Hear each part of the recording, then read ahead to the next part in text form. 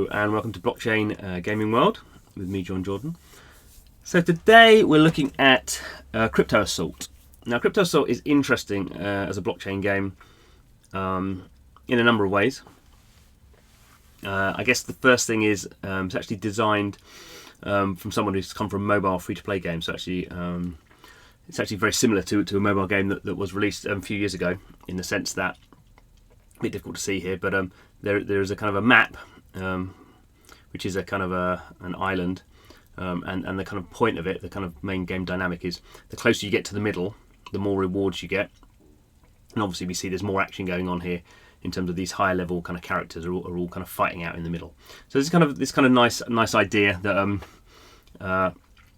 as you kind of level up in the game, you kind of can compete with these guys. So the interesting thing about the game is it was actually released earlier in 2019. Did okay, actually got up to about kind of 250 DAUs.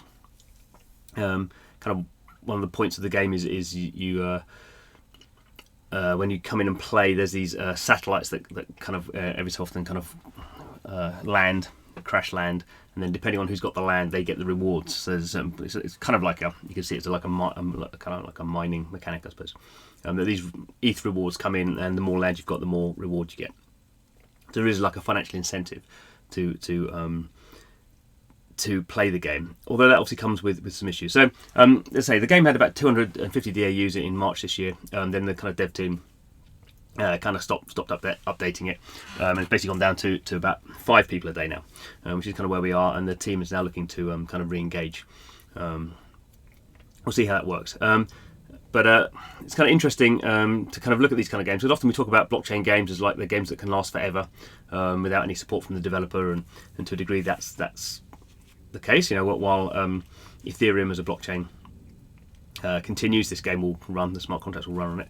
But you've got this very kind of interesting scenario where I've just started playing, and I'm a very, very low level player, and these guys are really strong. So what happens is when I come into the game, look at my reports here. There we go. So 11 hours ago I attacked someone and won, and then I was attacked and lost, and then I was attacked and lost. And that's because, I mean, this I think generally will be what's happening anyway. There's not many people playing, and so a new player comes in and they just get beaten up by all the all the other players. And obviously, any time, well, we'll go in and maybe see it. Anytime you manage to destroy an enemy, you get some land value. So then you can start to get this kind of and some of this ETH reward. As you can see, I have 0.000, and you can see the zero. I don't know very much, so it's kind of interesting from that point of view. But there are some nice kind of elements to this game, even though I should say it doesn't look very good. Looks pretty awful actually. But like most free-to-play, like most, get this right, like most blockchain games, it's not free-to-play. So when you start the game, you have to use a browser-based game using MetaMask. You have to buy a unit, so we can go in here and like a kind of loot box. So it's about $3, whatever the price of ETH is at the moment, and you get like a really weak vehicle, random. So this is my inventory at the moment. So we can see the other issue is as soon as you kind of come in, generally what happens, for me at least, is I come in, my stuff's been blown up, and then I have to wait. It has to repair for hours and hours and hours, which is not so enjoyable. There is a way I can kind of get around that. So I can repair. So you can see here there's a repair cost of 2 of these medals. Now you can't really see at the top of the screen because the screen's all guffed up. But I do actually, I think I have 6 medals. So it's kind of a nice mechanic in the sense that, you know, if you own medals by blowing other people up, and that kind of means you can speed stuff up. So I can repair. So now I can deploy these vehicles. So there's the other one. So I can repair those. Okay, so let's see if we can find anyone to blow up. So you can see the other thing is you move around. Oh, someone's going on there. I hope that wasn't me. So that guy's just deployed and he's collecting this resource. So let's have a look. So I can look to attack and it will tell me, no, it's not doing that. Why is that? That's kind of. So it gives me my win chance. So I can't attack that guy. I've got a 12% win chance. That's a kind of, you know, no-brainer. Can't do that. And we can see this is kind of other problem. We see these guys here. You know, I'm not quite clicking on this. It's not very good in terms of actually. Nope, I don't know why it's doing that. Sometimes it seems to work, sometimes it doesn't. So I don't know what's going on. And maybe I've lost. Am I losing connection? Sometimes it loses connection, but you can kind of vaguely see what's going on. So I could maybe go there. Could I deploy there and get that one? It's difficult to make sure I've got the right thing.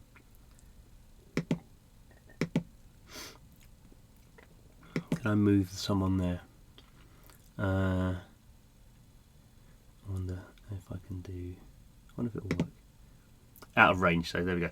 This is the other thing is because I'm yeah, not very strong. I can't deploy that far out. Let's see if this one will go. Oh, so that one will go. Okay, so is he going? There he goes. Now you can see. Hopefully, he's gonna.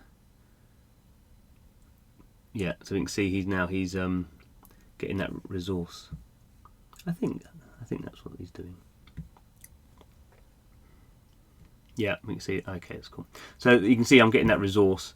So you see there's different resources. You can't really see it's at the top of the screen, so I can't really see what I'm collecting there. But you can see I've got a few things. If you look right at the top of the screen, I've got some. They're going to show. Oh, there's a bit of movement going on here. What's this chap doing? He's going off to do something over there. So and now you can see because I've deployed on there, I've got some land value. So when this kind of satellite ever comes down, then I get like a small percentage of that. So that's kind of interesting. I mean, see here, yeah, down at the bottom of the screen, bottom left, it's 15. I get 15 a minute, so we can see there were 10,000 of those. Is that right? 10,000, yeah, and I'm getting some of those. So so we can see kind of roughly how this stuff works.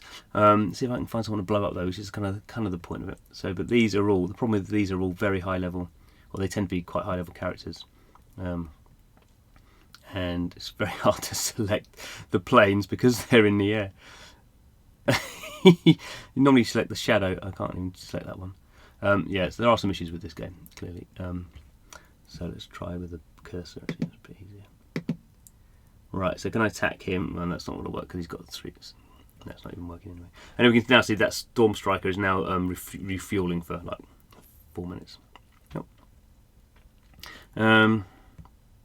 So is there anything else? It's kind of annoying. So I could like try and kill someone, I suppose, and just die in the process. So I don't know what this one's doing here.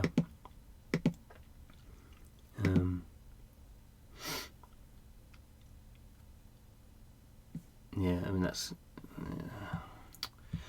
The other thing there is this kind of as you can see, there's different vehicles. So you have like air vehicles and mech vehicles, and they're various ones are good against various other ones.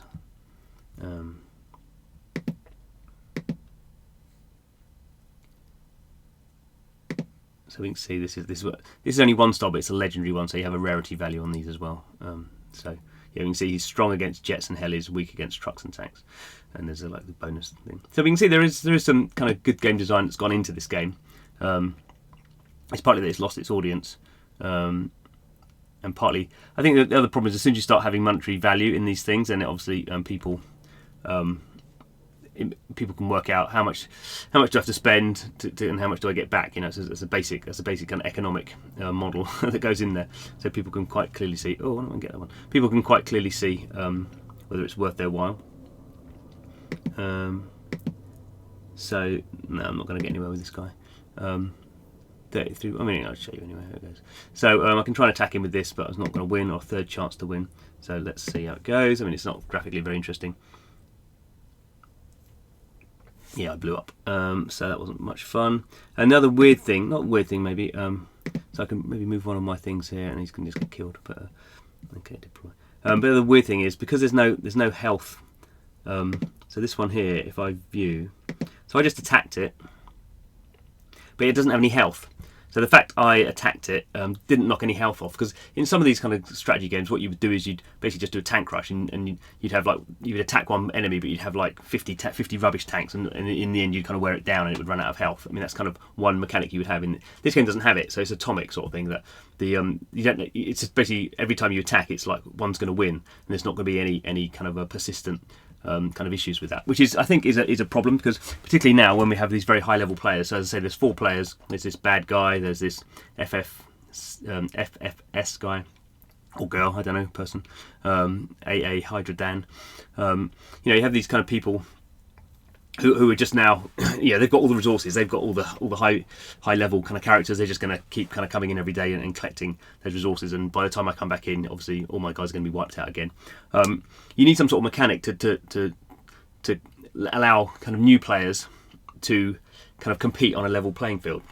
That kind of attrition health point issue would be one of them. Another one would be kind of the more high level resource you have, the more maintenance you need to pay, or yeah, there's some sort of balance system. You have really high level characters, but they move slower, or they take longer to repair, or something. So I'm sure the developers have thought about this, but at the moment, just because there's no players at all, it absolutely makes no sense. The game is totally unbalanced, and this becomes very very interesting, I think, for blockchain games, because it is running. They are still dropping some rewards on there. There's very little activity, but the game is still playable. But the game's actually not playable because there's no one playing it, and the people who are playing it are so powerful. You have this problem with MMOs. Anything with kind of persistence, where you have new players coming in. How do you make that new player experience enjoyable for the first 5 hours? Because the first thing that happens is they come into a game, they're all newbies, and they just get killed every time. I mean, that's just not fun, so people don't play the game. So obviously, in MMOs, you kind of have safe areas, or kind of maybe sharded worlds and stuff. This is obviously a fairly small game, so you don't really have that. But it's interesting, and I think we're still early in blockchain game, so all these problems have to be people have to deal with this and address these and find out ways of doing it. This game hasn't got to that stage yet, but maybe in future. Unfortunately, the one way of trying to re-engage audiences is to put more ETH into it as these satellite rewards, but then obviously that's the wrong thing to do, because all that happens is the people who are in charge anyway, take it all. So this actually is quite hard to re-engage, and obviously you can't. It's a blockchain game, so you can't reset everything.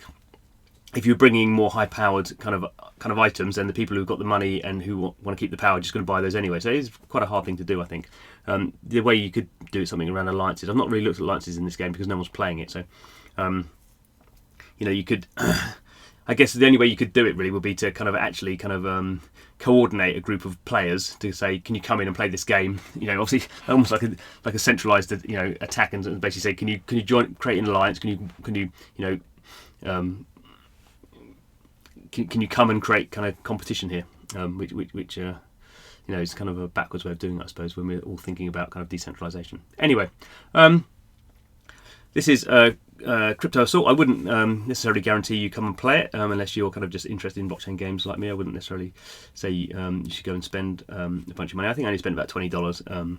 The other nice thing you can do as well here, which I haven't showed, is you can let's choose one of these. So you can evolve. I could evolve my war beetle if I need two more. I need 2 more units of the same kind of type. So I only have 1, but obviously I can then level that up. So that's how I got to all the units I got were 1-star, and now I've got like a 2-star one because I absorbed some other helicopters to do that. So that's kind of one way that you can kind of level up. With low-level characters, but then you're just spending more money. So anyway, interesting stuff, I hope. Anyway, thanks for watching the video. So this is Blockchain Gaming World, where I play blockchain games, try and make some sort of sense of what's going on. If you have more sense of what's going on than me, please let me know in the comments box. Great to kind of find out what you guys are thinking about it. But thanks for watching this one. Don't forget to subscribe. Hope to see you again soon.